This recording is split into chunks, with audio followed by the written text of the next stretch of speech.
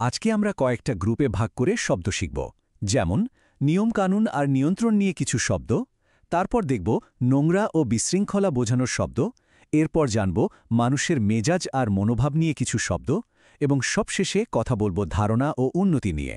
আর হ্যাঁ, শেষে একটা বোনাসও থাকছে, কিছু শব্দজোড়া যা প্রায়ই আমাদের কনফিউজ করে দেয়।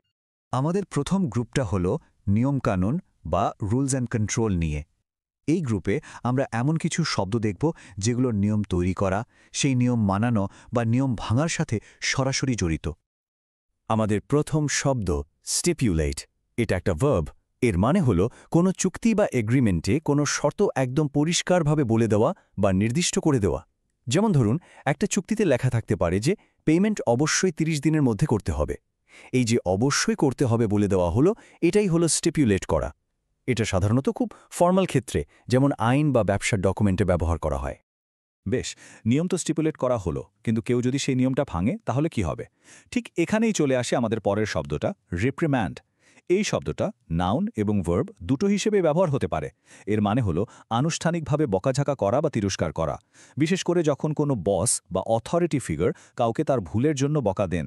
যেমন অফিসে দেরি করে আসার জন্য ম্যানেজার তার কর্মচারীকে রিপ্রিম্যান্ড করতে পারেন। এখন এই দুটো শব্দের মধ্যে পার্থক্যটা বোঝা কিন্তু খুব মজার। রিপ্রিম্যান্ড তখনই আসে যখন একটা নিয়ম ভাঙা হয়, তাই না? কিন্তু এমন কিছু নিয়ম বা বিশ্বাসও তো থাকে যা ভাঙার কথা কেউ ভাবতেও পারে না। সেগুলোই হলো স্যাক্রোস্যাঙ্ক্ট, মানে এমন কিছু যা এতটাই পবিত্র বা গুরুত্বপূর্ণ যে তাকে ভাঙা বা সমালোচনা করার কথা চিন্তাও করা যায় না। এটা অলঙ্ঘনীয়। চলুন এবার আমাদের পরের গ্রুপে যাই। এই গ্রুপের শব্দগুলো বিশৃঙ্খলা আর নোংরা অবস্থা বোঝাতে ব্যবহার হয়। তবে এখানে আমরা দেখব যে ম্যাসি বা নোংরা হওয়ারও কিন্তু অনেক রকম ভেদ আছে। প্রথম শব্দটা হলো আনক্যাম্পড। এটা একটা অ্যাডজেক্টিভ যার সহজ মানে হলো অপরিচ্ছন্ন বা অগোছালো। এই শব্দটা সাধারণত কোনো মানুষের চেহারা, চুল, পোশাক বা তার আশেপাশের জায়গা, যেমন তার ডেস্ক বা বাগান, এগুলো অগোছালো বোঝাতে ব্যবহার করা হয়। ধরুন, অনেক কাগজপত্রে ভরা একটা ডেস্ককে আমরা আনক্যাম্পড বলতে পারি।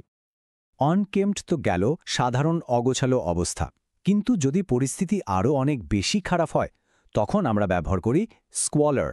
এটা একটা নাউন। এর মানে হলো চরম নোংরা এবং অস্বাস্থ্যকর একটা পরিবেশ, যা সাধারণত দারিদ্র্য বা চরম অবহেলার কারণে তৈরি হয়। এটা কিন্তু কোনো অগোছালো ডেস্ক না, বরং মানুষের বসবাসের একটা ভয়াবহ খারাপ অবস্থাকে বোঝায়। আর এই টেবিলটা দেখুন কি দারুণভাবে এই শব্দগুলোর পার্থক্যটা পরিষ্কার করে দিচ্ছে। আনক্যাম্পড হল শারীরিক অপরিচ্ছন্নতা, যা একজন মানুষ বা তার আশপাশের জায়গার জন্য ব্যবহার হয়। স্কলার হলো একটা জায়গার চরম নোংরা অবস্থা, যা প্রায়ই দারিদ্র্যের সাথে যুক্ত।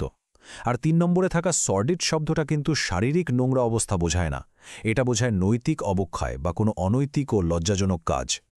এবার আমরা শিখব মানুষের মেজাজ বা মনোভাব বোঝানোর জন্য কিছু শব্দ। এই শব্দগুলো দিয়ে আমরা বিভিন্ন ধরনের ব্যক্তিত্ব আর মানসিক অবস্থা খুব সুন্দরভাবে বর্ণনা করতে পারব। এখানে আমরা দুটো একদম বিপরীত ধরনের ব্যক্তিত্বের তুলনা করছি। ফ্লেগম্যাটিক হলেন এমন একজন মানুষ যিনি খুব শান্ত প্রকৃতির, সহজে রেগে যান না বা ঘাবড়ে যান না। আর ইম্পেচিয়াস ব্যক্তি হলেন ঠিক এর উল্টো। তিনি কোনো কিছু না ভেবেই হুট করে কাজ করে বসেন বা সিদ্ধান্ত নিয়ে ফেলেন, যাকে আমরা ইম্পালসিভ বলি। এরপর যে শব্দটা আছে সেটা হলো লুগুব্রিয়াস। এর মানে হল মারাত্মক বিষণ্ণ বা শোকাহত। মানে যখন কাউকে দেখতে বা তার কথা শুনতে খুব বেশি দুঃখী মনে হয়, তখন তার অবস্থাকে লুগুব্রিয়াস বলা যায়। এটা সাধারণ দুঃখের থেকে অনেক বেশি গভীর একটা অনুভূতি। চলুন একটা ছোট্ট উদাহরণ দিয়ে দেখি কোন পরিস্থিতিতে কোনটা ব্যবহার করা যায়। ধরুন, একজন নেতা যিনি যে কোনো সংকটের মুহূর্তেও মাথা ঠান্ডা রাখেন, তিনি হলেন ফ্লেগম্যাটিক। একজন বিনিয়োগকারী যিনি কোনো কিছু না ভেবেই হুট করে একটা ঝুঁকিপূর্ণ সিদ্ধান্ত নিয়ে নিলেন, তিনি ইম্পেচুয়াস। আর কোনো সিনেমার করুণ দৃশ্যের যে বিষণ্ণ সুর, সেটাকে আমরা লুগুব্রিয়াস বলতে পারি। চলুন এবার আমাদের চতুর্থ গ্রুপে চলে যাই। এই গ্রুপে আমরা পজিটিভ বা ইতিবাচক পরিবর্তন এবং নতুন আবিষ্কার সম্পর্কিত কিছু দারুণ শব্দ নিয়ে কথা বলবো। অ্যামিলিওরেট একটা ভার্ব, যার সহজ মানে হল কোনো কিছুর উন্নতি করা। তবে এটা বিশেষভাবে ব্যবহার করা হয় যখন কোনো খারাপ বা বাজে পরিস্থিতিকে আগের থেকে একটু ভালো করার চেষ্টা করা হয়। যেমন বন্যাদুর্গত মানুষের কষ্ট কমানোর যে চেষ্টা, সেটাকে তাদের সাফারিং অ্যামিলিওরেট করার চেষ্টা বলা যায়। এর পরের শব্দটা আমার খুব পছন্দের, সেরেন্ডিপিটি। এটা একটা নাউন।